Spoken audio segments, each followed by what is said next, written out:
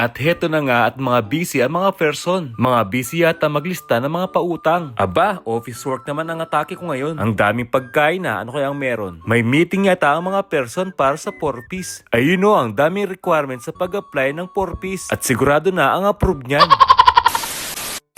Yon! And for today's vlog, panibagong balita na naman to. Para sa renewal ng work permit namin dito sa Canada. Nakakatuwa nga at unti-unting umuusad. At sana dire-diretso na to. Minamadali nga kami ng employer. Ang sabi ba naman, pilapan nyo to at ipasa nyo to. Eh kung ibinigay nyo ba naman yan ng ahead of time sa amin, eh di natapos yan agad.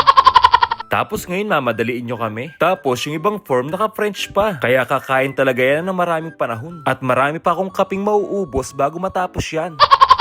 Pero syempre nagpapasalamat kami at masaya kami dahil umuusad na ang application namin para sa work permit namin. Kaya ngayon agad namin ginagawa ang mga pinagagawa nila sa amin. Syempre para sa renewal ng work permit namin to. Nakakatawa nga to at may naalala ako. Para nga akong bumalik nung time na nag-a-apply kami sa Pilipinas. Ganito kasi yung eksena namin noon. Scan dito, scan doon ang nangyayari. Chat dito, chat doon ang ginagawa namin araw-araw. Kailangan na din kasi namin maipasa to agad at may process na agad ang work permit namin kasi expired na po ang work permit namin dito sa Canada. Oo nga pala mga tropa, ang gamit namin dito ay cam scanner para ma-scan yung mga document na ipapasa namin. Grabe, iba na talaga ang panahon ngayon. Dati pupunta ka pa sa computer shop para magpa-scan ng mga document. Aba, ngayon less hassle na talaga. Sobrang napakabilis lang talaga ng siyensya ngayon. At ang higit sa lahat, wala ka nang babayaran sa pag-scan. Sana ma-approve ang work permit namin. Ang dami kasing nare-refuse ngayon. Dito nga sa branch namin may nare-refuse ng isa. Kaya sobrang hirap talaga dito sa Canada ngayon. Tapos wala pang LMIA. Kaya karamihan nare-refuse. Several days later. May bumisita nga pala sa apartment namin. At nagluto nga kami ng spaghetti. May dala nga palang pagkain si Maring Janet ng pizza, kaldereta at biko. Aba, hindi rin papahuli ang dalang alak ni Paring Jeff. At syempre salamat kay Paring Ronald sa pag-sponsor ng spaghetti. Tataba na naman ako neto. Office work nga pala ang atake ko ngayon. Oo nga pala, kaya pala sila nandito para magpatulong kung paano mag-fill up ng form para sa pag-renew ng work permit namin. Ang dami kasing pipilapan tsaka ipapasa mga requirements. Yung sa akin kasi natapos ko na. At sana maaprubahan naman yung work permit namin. Hindi rin kasi maiwasan na isipin na baka ma-refuse po kami. Dahil hindi rin maganda kasi ang nangyayari dito sa Canada. Sa totoo lang, expired na po ang work permit ko. Pero buti na lang allowed po kami mag-stay dito ng 3 months. Habang pinaprocess ang work permit namin. Hindi ko nga alam kung mag-fill up kami ng form o magkukumpleto kami ng mga requirements. Para kasing nag-full trip lang kami at nagchismisan. Tingnan nyo naman yung isa, napapasayaw pa. Mukhang nakalimutan yata niya na may video.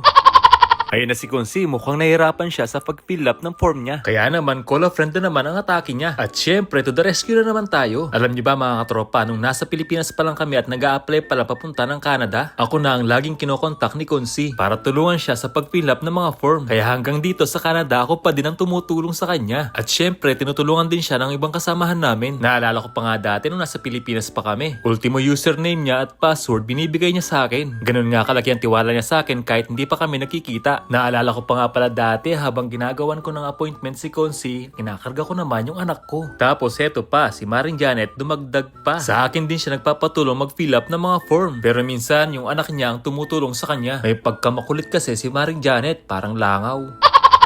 Tingnan nyo naman, hanggang dito ba naman sa Canada, dinadayo niya ako para magpatulong kung paano mag-fill up at magpasa ng requirements. At buti na lang may pansuhol siya. Ang dami niyang handa ng pagkain. Kaya naman kahit napuyat ako dyan, okay lang. Nabusog naman ako eh.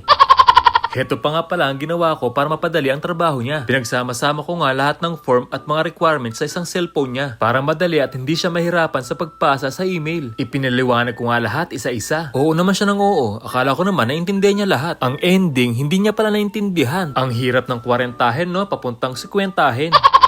Naku, yari na naman ako neto pag napanood niya ang vlog na to. Malayo pa lang, lukot-lukot na ang muka at mamumula na naman yan sa galit. Kaya hindi muna ako magpapakita sa kanya ng 1 buwan.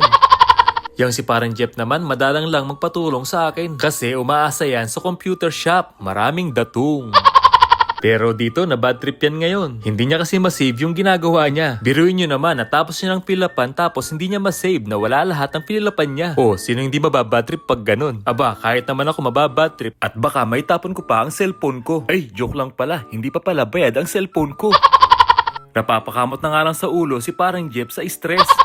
Oo nga pala, magbalik tayo kay Maring Janet. Heto pa ang senaryo sa kanya. Yung tipong tinuturuan ko na nga siya, pero ang utak niya nasa Marites. Di ba ang galing? Kaya sinabihan ko siya, focus muna sa goal. Ang kaso, ang goal niya yung Marites. Kaya nag-focus siya sa Marites. Talaga namang masunurin ang 40.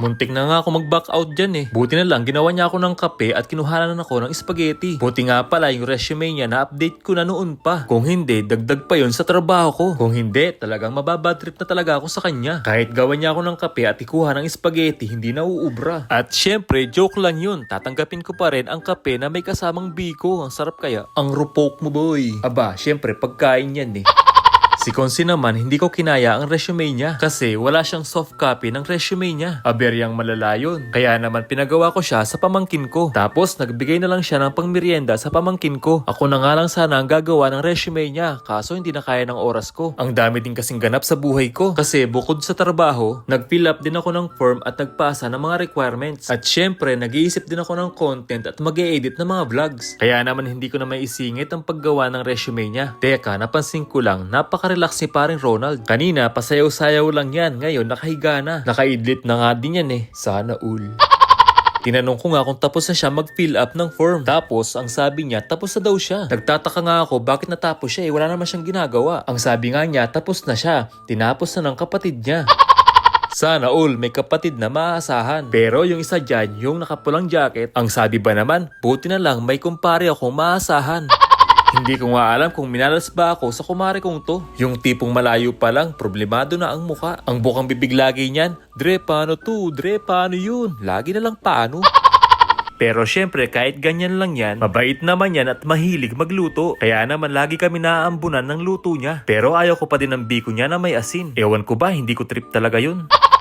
Pero sa totoo lang, sumakit talaga ang ulo ko sa dalawang tropa kong to na 40. Pero hindi ako galit Yung isa, uunahin ang Marites kesa sa pag-fill up ng form. Yung isa naman, uunahin yung, alam nyo na yun. Ganyan lang kami magbiruan. Pero nakakatuwa at nakakapasyal pa rin sila dito sa amin. O baka sabihin nyo parang hindi kami nakikita sa factory. Oo, tama. Hindi kami nakikitang lahat sa factory. Kasi yung iba nasa finished product, kami nasa raw po kami. Kaya kung makikita man po kami sa shuttle bus na lang. Pero kalimitan mga pagod na at natutulog sa shuttle bus. Kaya hindi rin kami nag-uusap at may kanya-kanyang tulog. Bawal mang istorbo at baka mapektusan ko. Uy, walang ganun. Iba din pala ang pakiramdam kapag natapos yung mga problema nila. Para akong nabunutan ng tinik sa dibdib. Kasi wala nang pupunta sa akin na lukot-lukot ang mukha. Na parang araw-araw ay problemado. Yung tipong naging alarm clock ko na yung Dre, paano to? Dre, paano yun? Kaya naman uuwi ang Maring Janet nyo na may ngiti sa mukha. At hindi lukot-lukot ang mukha. Kasi natapos na ang pinoproblema niya. At sana naman marinyo ang kontrata naming lahat. Para lahat hindi lukot-lukot ang mukha.